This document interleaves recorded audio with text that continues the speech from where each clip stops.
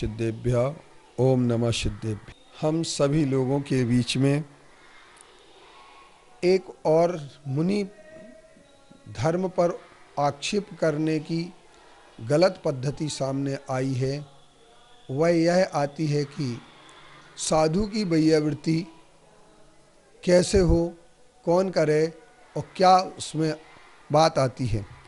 इसको लेकर के एक पंथ विशेष के लोगों ने, जिनका मैं बार बार नाम नहीं लेना चाहता हूँ उस पंथ का, इन्होंने ये कहना शुरू कर दिया कि साधु को की सेवा सिर्फ साधु ही कर सकते हैं, श्रावक नहीं कर सकते हैं, क्योंकि श्रावक को साधु की सेवा करने का ज्ञान नहीं होता है।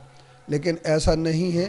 साधु की वैयावृत्ति और सेवा करने का श्रावक के लिए उपदेश आचार्य समंतभद्र देव ने अपने रत्नकरंडक श्रावकाचार में दिया है। दानम वैयावृत्यम धर्माय तपोधनाय गुणनिधे अनपेक्षितोपिचारो पक्रिय मग्रहाय विवेनो व्यापत्ति व्यपनोदो पदयो संवाहनम चिरगुण रागात। गुणों से अनुराग करते हुए पदयो संवाहनम, दोनों पैरों को दबाना, यह एक वैयावृत्ति कहलाती है। और इस वैयावृत्ति के लिए जो करता है वो वैयावृत्ति करने वाला, सेवा करने वाला, एक दिन साधु समाधि भी एक कहा गया है और वैयावृत्तिकरण भी कहा गया है। उनके लिए सद्भावना की प्राप्ति होती है, कसायों की मंदता होती है और इससे उनके लिए महान संवर की प्राप्ति होती है। ऐसा आचार्य राजवार्तिक में अकलंक देव ने अपना स्पष्ट उल्लेख किया। तो जिन्होंने ये कहना शुरू किया कि साधु की वैयावृत्ति सिर्फ साधु ही करना चाहिए, श्रावक नहीं कर सकते हैं, उनका एक सोच है इसके पीछे कि यदि श्रावक साधु की वैयावृत्ति सेवा करना बंद कर देंगे, बिहार में साथ में चलना बंद कर देंगे, आहार के लिए चौका लगाना बंद कर देंगे, तो अपने आप ही साधु की परंपरा मिट जाएगी। क्योंकि दिगंबर साधु की चर्या से जिनकी दुश्मनी है, जिनको दिगंबर चर्या पसंद नहीं आती है, ऐसे लोग निश्चित तौर पर ऐसे षड्यंत्र रचते रहते हैं, जिस षड्यंत्र का परिणाम यह होता है, वो सिर्फ इतना सा कहना चाहते हैं कि साधु से व्यक्ति दूर रहे तो बहुत अच्छा होता है। क्योंकि वो साधु के पास जाने वाले व्यक्ति के लिए कहते हैं कि साधु के जाल में नहीं फंसना, साधुओं के चक्कर में नहीं फंसना। लेकिन वो साधु को जहाँ चक्कर मानते हैं, वहीं पर आचार्य कहते हैं साधु की संगति एक क्षण के लिए भी अगर कोई करता है तो वह साधु की संगति करने वाला कोटि अपराध आदि घड़ी, एक घड़ी आदि घड़ी आदि में पुनि आदि संगत कीनी साधु की मिटे कोटि अपराध।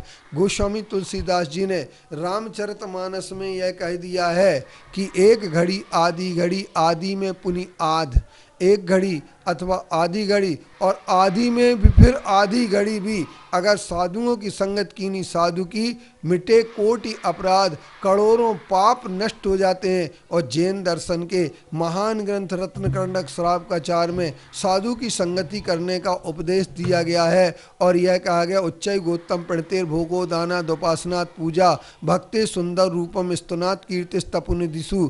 दान देने या वैयावृत्ति करने से महान निर्जरा होती है। लेकिन लोगों ने केवल इतना ही कहना शुरू कर दिया कि अगर हम वैयावृत्ति करते हैं या दान देते हैं या सेवा करते हैं तो हमारे लिए सिर्फ आश्रव पुण्य का होता है। लेकिन वे भूल जाते हैं कि पुण्य का आश्रव नहीं, अपितु वहाँ पर संवर और निर्जरा भी दान देने और वैयावृत्ति से होने के कारण से होती है। क्योंकि यह दान और वैयावृत्ति परंपरा से मोक्ष का कारण है। इसके लिए हमारे आचार्यों ने बहुत सारी बातें कही गई हैं। न जाने कितने ग्रंथ ऐसे लिखे गए हैं जिन ग्रंथों में यह कहा गया है कि साधु की वैयावृत्ति करने से, साधुओं की संगति करने से, साधुओं के साथ बैठने से, साधुओं का प्रवचन सुनने से, साधुओं का उपदेश सुनने से कितने ही व्यक्ति पार हो गए और साधु की निंदा करने वाले कोड़ी बनकर के नरक में चले गए हैं।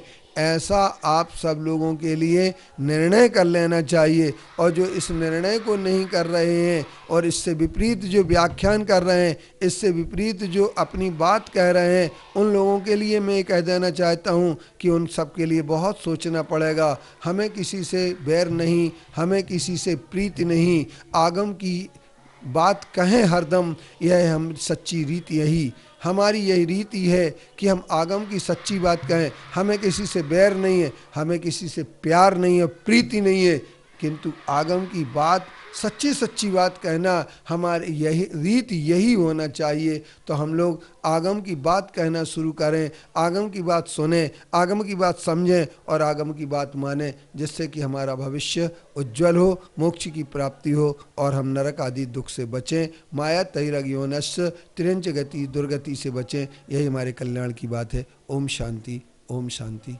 ओम शांति।